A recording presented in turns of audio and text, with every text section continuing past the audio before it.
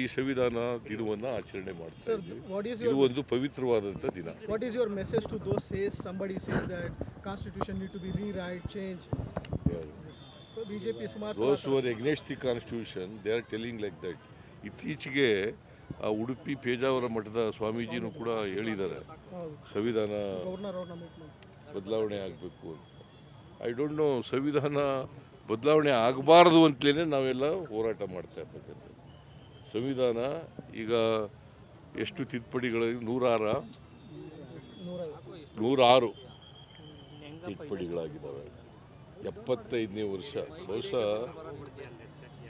ಇಡೀ ಜಗತ್ತಿನಲ್ಲಿ long standing constitution ಇರ್ತಕ್ಕಂಥದ್ದು ಭಾರತ.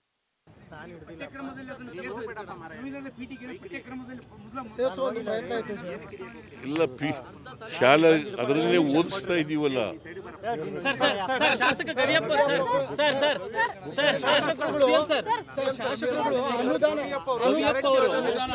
ಗ್ಯಾರಂಟಿಗಳನ್ನು